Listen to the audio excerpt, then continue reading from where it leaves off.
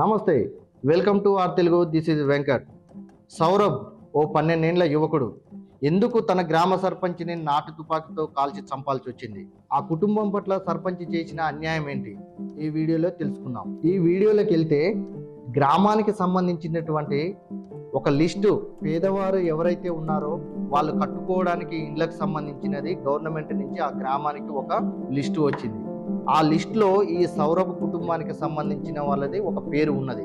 అయితే అనేక సార్లు కూడా ఈ సర్పంచ్ వాళ్ళకి ఇల్లు కేటాయించొద్దు, వాళ్ళకి ఇల్లు కేటాయించే వాళ్ళు వేరే వాళ్ళకి కేటాయించాలని వాళ్ళపై కక్ష పెంచుకొని వాళ్ళకు కాగితాలు అవి లేవు, ఐడి కార్డ్స్ లేవు, పాన్ కార్డ్స్ లేవు అని అనేక సార్లు కూడా ఇబ్బంది పెట్టడం అనేది అయితే జరిగింది.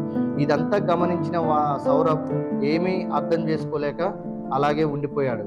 కానీ ఒకరోజు గ్రామ పంచాయతీ ఆవరణలో తన అక్కని పిలిచి, మీ తల్లిదండ్రులకు సంబంధించిన డెత్ సర్టిఫికెట్లు ఏవైతే ఉన్నాయో అవి తీసుకొచ్చి సబ్మిట్ చేస్తే మీకు ఇల్లు అలాట్మెంట్ అనేది జరిగిద్దని చెప్పడంతో తన అక్క అధికారుల చుట్టూ తిరిగి 2 రోజుల గ్యాప్ తీసుకొని ఆ డెత్ సర్టిఫికెట్లు తీసుకొని వచ్చి గ్రామ పంచాయతీ ఆవరణలో ఈ విలేజ్కి సంబంధించినటువంటి ధీరజ్ ఎవడైతే ఉన్నాడో ఆ సర్పంచ్ మొఖాన కొట్టడం అనేది అయితే జరిగింది. కొట్టుకుంటూ తను, ఎందుకు మమ్మల్ని ఇట్లా ఇబ్బంది పెడుతున్నావు, మా పైన ఎందుకు నీకు ఇంత చిన్న చూపు, మాకు ఇల్లు వద్దా, మా అమ్మా నాన్న చనిపోయారు, నేను మా తమ్ముడే ఉన్నాం కదా అని గట్టిగా ఏడవసాగింది. అయితే ఇంతమందిలో నన్ను ఇంత ఇబ్బందికరంగా దూషిస్తావా, నా పరువేం కావాలని కక్ష పెంచుకున్నటువంటి విలేజ్ సర్పంచ్ అర్ధరాత్రి సుమారు 12 గంటల సమయంలో తన 2 వ్యక్తులని ఎమ్మటి తీసుకుని వెళ్ళి ఆ అమ్మాయి ఇంటికి వెళ్ళి తలుపులు కొట్టి ఆ అమ్మాయిని బలాత్కరించారు. అదే గమనిస్తున్నటువంటి సౌరభ్ ఇరుగు పొరుగు వాళ్ళని పిలుస్తూ కేకలేశాడు. కానీ ఎవరు కూడా వచ్చి హెల్ప్ చేయకపోగా అగత్యం చేసి సర్పంచ్ ఇంటికి వెళ్ళిపోయాడు.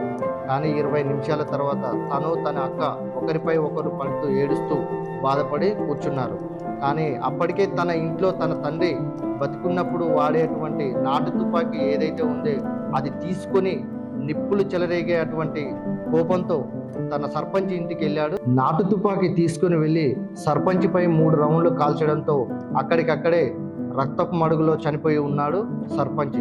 తెల్లవారుజామున నాటు తుపాకీ శబ్దం విన్న తన అక్క వెంటనే పరుగులు తీస్తూ సర్పంచ్ ఇంటి దగ్గరికి రాగానే అక్కడే కూర్చొని ఉన్న సౌరభ్ను చూసి గట్టిగా, అయ్యో సౌరభ్, నువ్వు ఎంత పని చేశావు, ఏంటి ఇది అని గట్టిగా ఏడవసాగింది.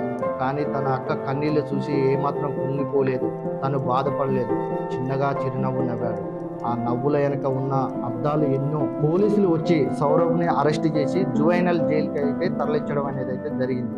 అయితే పోలీసులు తెలిపిన వివరాల ప్రకారం ఎన్నిసార్లు సౌరభ్ని ఇంట్రాగేషన్ చేసినా కూడా తను ఏ రోజు కూడా ఏడవలేదు, బాధపడలేదు అని అయితే చెప్పడం అనేది అయితే ఒకటి జరిగింది.